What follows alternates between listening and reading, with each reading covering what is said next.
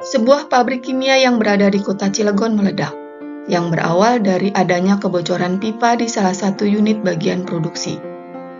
Kepulan asap hitam pekat dan bau gas kimia yang menyengat sangat mengganggu pernafasan warga.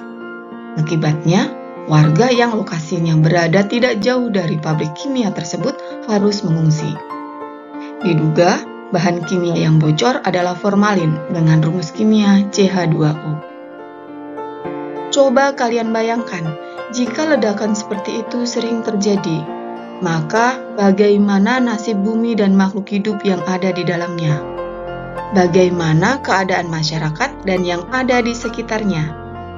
Masa depan bumi ditentukan dari sekarang. Badan Dunia PBB mencanangkan salah satu program pembangunan berkelanjutan hingga tahun 2030, yaitu bagaimana membuat lingkungan tetap aman dan lestari. Sebagai bagian dari masyarakat global, kalian bisa berkontribusi menjaga bumi tetap lestari dimulai dari rumah. Apa dan bagaimana? Nah, pada video kali ini, kita akan mengenal lebih jauh tentang kimia hijau atau green chemistry.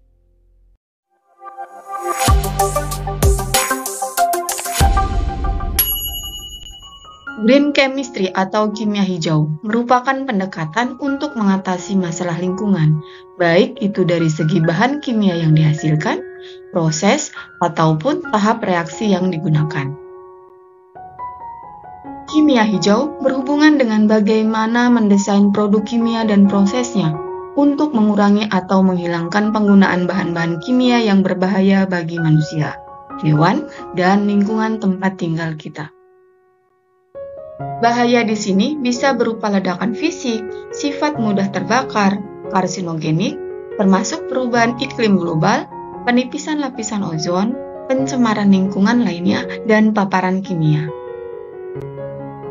Efek zat berbahaya terhadap lingkungan, air, udara, makanan, pertanian, perubahan iklim, dan banyak lagi bahaya di setiap sudut lingkungan, membuat kita semakin waspada untuk lebih fokus dan mempraktikkan konsep yang lebih hijau. Selanjutnya, ada beberapa tujuan dari kimia hijau. Yang pertama, mengurangi pembuatan dan penggunaan bahan kimia berbahaya dari sisi perancangan maupun proses. Dan yang kedua, mengembangkan proses dan produk kimia yang ramah lingkungan dan sesuai dengan pembangunan berkelanjutan. Kimia hijau bukan hanya terkait dengan penggunaan dan produksi bahan kimia yang aman saja. Prinsip kimia hijau dapat kalian terapkan sendiri di rumah. Bahan kimia apa saja yang digunakan di rumah? Bagaimana cara kalian menggunakannya? Bagaimana agar penggunaan bahan kimia di rumah dapat memberikan kontribusi terhadap prinsip kimia hijau? Nah, berikut ini adalah 12 prinsip dari kimia hijau atau green chemistry. Prinsip yang pertama, memprioritaskan pencegahan pembentukan limbah dibandingkan dengan pembersihan dan penanganan limbah. Prinsip yang kedua, diupayakan pengurangan limbah sejak level molekuler dan pemilihan bahan yang paling efisien dengan seminim mungkin limbah. Selanjutnya adalah sintesis kimia yang bahayanya sedikit. Prinsip ini dilakukan dengan mendesain reaksi kimia dan rute sintesis seaman mungkin, serta mempertimbangkan semua bahan berbahaya selama reaksi berlangsung hingga ke limbahnya. Kemudian, mendesain proses yang melibatkan bahan kimia yang aman. Saat memilih bahan kimia, dilakukan proses prediksi dan evaluasi aspek yang meliputi sifat kimia, toksisitas, dan lingkungan. Prinsip yang kelima, menggunakan pelarut dan kondisi reaksi yang lebih aman. Dalam proses kimia, digunakan pelarut yang paling aman dan meminimalkan jumlahnya agar presentase limbah tidak besar. Selanjutnya, mendesain efisiensi energi. Prinsip ini memilih jalan reaksi kimia paling kecil energinya, yaitu dengan menghindari pemanasan dan pendinginan, serta tekanan dan kondisi vakum. Prinsip selanjutnya adalah menggunakan bahan baku terbarukan.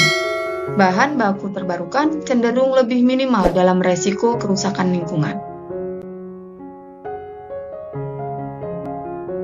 Oke, kita lanjut prinsip ke-9, menggunakan katalis untuk efektivitas. Katalis itu apa? Ya, katalis adalah zat yang dapat mempercepat terjadinya suatu reaksi kimia.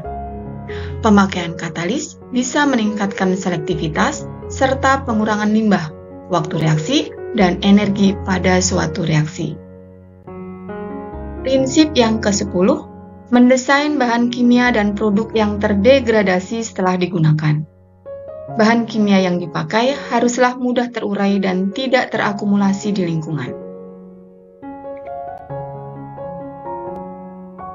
Selanjutnya, menganalisis secara langsung untuk mencegah polusi.